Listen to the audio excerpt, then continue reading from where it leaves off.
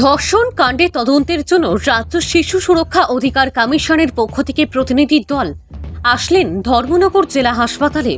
বিকালে উত্তর ত্রিপুরা জেলার পানিসাগর মহকুমার পদ্মবিল গ্রামের জনৈক নাবালিকা কন্যা ভিনধর্মী দুই যুবক কর্তৃক ধর্ষণের শিকার হয়।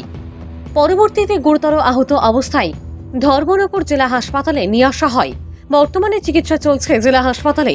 পাশাপাশি ধর্ষক যুবক দুজনকে 12ই সেপ্টেম্বর ঘটনার দিন রাতেই গ্রেপ্তার করতে সক্ষম হয় পুলিশ প্রশাসন। সেই খবরের ভিত্তিতে আজ রাজ্য শিশু সুরক্ষা অধিকার কমিশনের পক্ষ থেকে এক প্রতিনিধি ধর্মনগর জেলা হাসপাতালে আসেন তদন্তের জন্য। প্রতিনিধি দলে ছিলেন চেয়ারপারসন জয়ন্তী দেববর্মা, সদস্যা চান্নি সাহাব এবং সদস্যা মানিকা দেববর্মা। ওনারা ধর্মনগর জেলা হাসপাতালে এসে নাবালিকা কন্যার সাথে কথা বলেন, পাশাপাশি কথা বলেন কন্যার মা বাবার সাথে। এখানে উল্লেখ করা যেতে পারে, নাবালিকা কন্যাটি হাসপাতালে ভর্তি হবার পর জেলা পুলিশ সুপার ভানুপদ চক্রবর্তী এবং জেলা পরিষদের সদস্য জয়জিৎ শর্মা হাসপাতালে গিয়ে খোঁজখবর নেন। ভানুচন্দ্রের রিপোর্ট, আসাম প্রাইম নেটওয়ার্ক।